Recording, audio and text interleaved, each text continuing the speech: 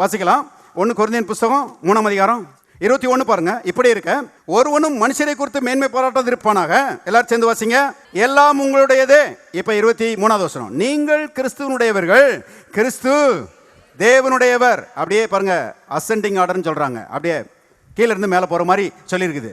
அதாவது எல்லாம் உங்களுடையது, நீங்கள் கிறிஸ்துவனுடையவர்கள், கிறிஸ்து தேவனுடையவர், அந்த மாதிரி சொல்லியிருக்குது.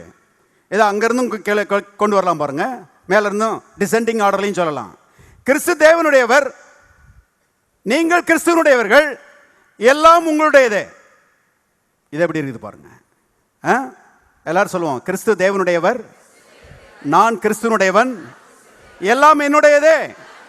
இன்னொரு முறை சொல்லுவோம், கிறிஸ்து தேவனுடையவர், நான் கிறிஸ்துவனுடையவன், எல்லாம் என்னுடையதே. எல்லாம் என்னுடையது. ஆவியானவர் சொல்றாங்க எல்லாம் உங்களுடையது. அதாவது இனிமே தான் ஏதாவது கொடுக்க போறாருன்னு சொல்லி எதிர்பார்த்துட்டு இருக்காதீங்க.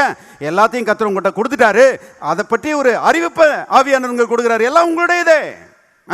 அப்ப போகும்போது வரும்போதும் இந்த எந்த நன்மையா இருந்தாலும் it is given to me, இது எனக்கு கொடுக்கப்பட்டிருக்கிறது. கர்த்தாவே உமக்கு நன்றி.